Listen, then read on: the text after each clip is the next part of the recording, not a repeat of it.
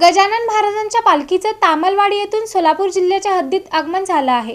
शेगावहून पंढरपूरच्या दिशेनं विठ्ठल भेटीसाठी निघालेली श्री संत गजानन महाराजांच्या पालखीचं सोलापूर जिल्ह्यात आगमन झालं आहे। तब्बल 750 किलोमीटरचा 33 दिवसांचा प्रवास करत ही पालखी सोलापूरमध्ये दाखल झाली आहे।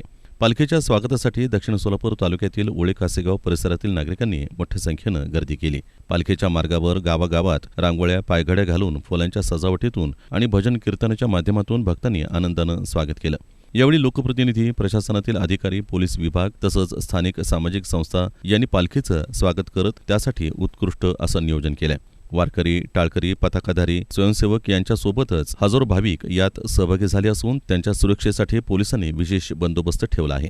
वारकऱ्यांचा विठ्ठल विठ्ठल जय हरी विठ्ठल असा जयघोष परिसरात दुमदुमत आहे। पंढरीच्या दिशेनं निघालेली ही पालखी उद्यापासून 2 दिवस सोलापूर शहरात मुक्कामी राहणार आहे।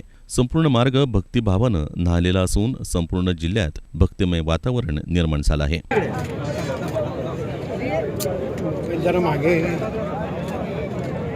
दादा एक मिनिट दादा 1 मिनिट।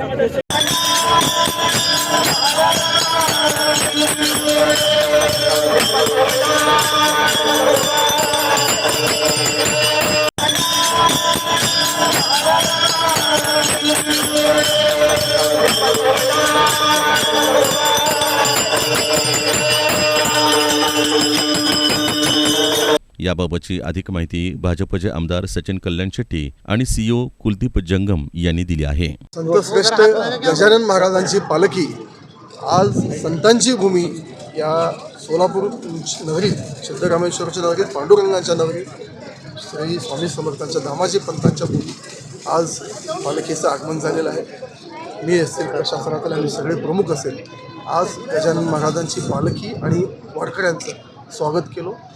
वारकऱ्यांच्या सेवेसाठी कुठल्याही गोष्टीची कमतरता भासू नये जिल्हा प्रशासन यातील मागील कित्येक दिवसापासून प्रयत्नशील आहे आणि एक परम भाग्य आज या पांडुरंगाच्या दर्शनासाठी येणाऱ्या शेकडो अंतराहून येणाऱ्या या वारकऱ्यांमुळं आमची भूमी पुन्हा एकदा पावन झाली आहे आणि वारकऱ्यांमुळं त्या सेवेचं पुण्य आज आम्हाला मिळालं। जिल्हा परिषद आणि जिल्हा प्रशासनच्या वतीने यावर्षी आषाढी वारी 2025साठी पूर्णपणे नियोजन झालेले आणि त्याप्रमाणे तुम्ही पण बघितलं असेल, आता प्रत्येक ठिकाणी आपण जलावरोधक मंडप म्हणजे वॉटरप्रूफ मंडप आपण उभे करण्यात आलेली आहे। मागच्या वर्षी जवळपास 3,15,000 स्क्वेअर फूटचे आपण एकूण वॉटरप्रूफ मंडप केलेले होते आणि ह्या वर्षी 103 ठिकाणी 7,12,000 स्क्वेअर फूटचे वॉटरप्रूफ मंडप करण्यात आलेले आहे। कारण की ह्या वर्षी पावसाचे जर बघितलं अंदाज जास्त होण्याची शक्यता आहे, त्यामुळे वारकऱ्यांना कुठेही असुविधा होऊ नये त्यासाठी